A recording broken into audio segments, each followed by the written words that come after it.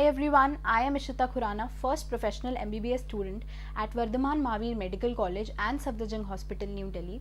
तो वैसे तो मैं खुद भी एक यूट्यूबर हूँ, बट ATP स्टार चैनल का जो कंटेंट है वो मुझे काफ़ी ज़्यादा पसंद है। यहाँ का जो टीचर्स हैं वो मुझे काफ़ी पसंद है। तो आज मैं आपके सामने हूँ और आज हम बात करेंगे कि चाहे आप कोई भी प्रोफेशन, कोई भी आप कोर्स, चाहे इंजीनियरिंग हो, चाहे आप मेडिकल के बारे में सोच रहे हो या कुछ भी और आप उसके बारे में सोच रहे हो, तो ऐसा क्या प्री रिक्विजिट होता है जो आपको चाहिए, मतलब जो आपकी लाइफ में होना चाहिए, जिसकी वजह से आप अपनी सक्सेस की तरफ और आगे बढ़ते जाओगे। या फिर ऐसा क्या रीज़न था जिसकी वजह से मैंने medical as a profession choose करने का सोचा, या मैंने PCB सब्जेक्ट्स तीनों लिए ये सोच के कि मैं मेडिकल ही करूँगी। तो मेरे पीछे जो मेरी सैक्रिफाइसेस थे उसके पीछे का क्या रीज़न था और मैंने क्या सोच के ये एज अ प्रोफेशन लेने का सोचा था, उस टाइम पर डिसाइड किया था।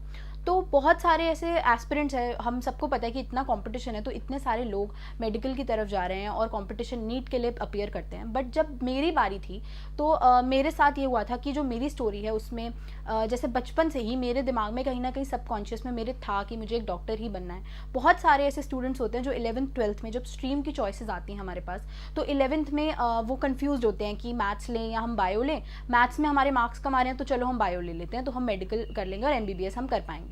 बट मेरे साथ ऐसा नहीं था। मेरे साथ मतलब मेरे को कभी भी ये 11th में जब स्ट्रीम लेने की बात आई थी तो 1% का भी कन्फ्यूजन नहीं था कि मुझे नहीं लेना है मेडिकल, क्योंकि शायद बचपन से ही जब मैं 8th-9th में थी तभी से मेरे दिमाग में कहीं ना कहीं था कि मुझे यही करना है। तो 9th में जब बायो को थोड़ा सा सेपरेट किया गया और टीचर्स अलग पढ़ाने लगे, अलग टीचर्स आके पढ़ाने लगे, तो मुझे और ज़्यादा इंटरेस्टिंग लगने लगा कि हाँ, मतलब बायो में मुझे बहुत फैसिनेटिंग लगने लगा। और साथ ही में जो मेरे जैसे फैमिली डॉक्टर्स, जो मेरी फैमिली में डॉक्टर्स हैं, उनको देख के भी मुझे बहुत फैसिनेटिंग लगता था। जैसे वो जिस तरह से पेशेंट्स बाहर उनका वेट करते थे और वो चेकअप करते थे पेशेंट्स का, और जिस तरीके से मतलब उनकी कितनी वैल्यू और कितनी रिस्पेक्ट थी, वो बात मुझे बहुत ज़्यादा फैसिनेट करती थी। और साथ में मुझे साइंस बहुत ज़्यादा फैसिनेटिंग लगती थी। तो ये कुछ फैक्टर्स थे जिसकी वजह से मेरे दिमाग में 1% का भी कन्फ्यूजन नहीं था कि मुझे 11th में मैथ्स, और ऐसा नहीं था कि मैथ्स में मेरा इंटरेस्ट नहीं हो या मेरे मैथ्स में कम मार्क्स आते हो, मेरे मैथ्स और बायो में इक्वली वैसे ही मार्क्स आते थे, बट मेरा इंटरेस्ट बायो में ज़्यादा था और मेरा ये डिज़ायर था कि मैं कुछ डॉक्टर वाली या डॉक्टर बनूं या मेडिकल फील्ड में ही जाऊं।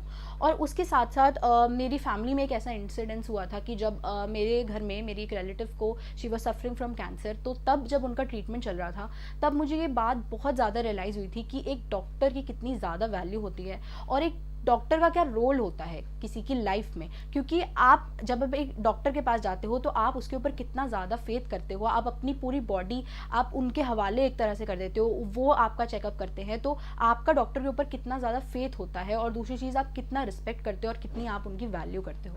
तो ये चीज़ें भी मुझे बहुत ज़्यादा फैसिनेटिंग लगती थी और ये लगता था कि एक डॉक्टर का रोल कितना बड़ा है इस सोसाइटी में। तो अगर हम कुछ कर ही रहे हैं, अगर हम कुछ किसी प्रोफेशन में जा ही रहे हैं, तो हम कुछ ऐसा क्यों नहीं करते जिससे हम दूसरों की कुछ मदद कर पाएं या किसी की और की लाइफ को हम इम्प्रूव कर पाएं या बेटर कर पाएं। तो ये भी एक बहुत ही इंपॉर्टेंट फैक्टर था जिसने मुझे और ज़्यादा पुश किया और ज़्यादा मोटिवेट किया। उसके साथ साथ ऐसा नहीं है कि मतलब सिर्फ एक डिज़ायर होना चाहिए। वैसे तो basically desire, a burning desire is the beginning of all accomplishments. ये मैं मानती हूँ कि एक वजह, जो एक आपकी स्ट्रॉन्ग वजह है या एक डिज़ायर है, वही आपको कहीं किसी बड़े लेवल को, किसी बड़े से गोल को अचीव करने में हेल्प करता है। बट साथ में आपका इंटरेस्ट होना भी बहुत ज़्यादा ज़रूरी है। जैसे एक मूवी आई थी 3 इडियट्स, वो सबने ऑलमोस्ट देखी होगी। उसमें आमिर खान कहता है कि आमिर खान अपने दोस्त को ऐसे ही कहता है कि तूने प्यार तो तू करता है जानवरों से, लेकिन तूने शादी कर ली है मशीनों से।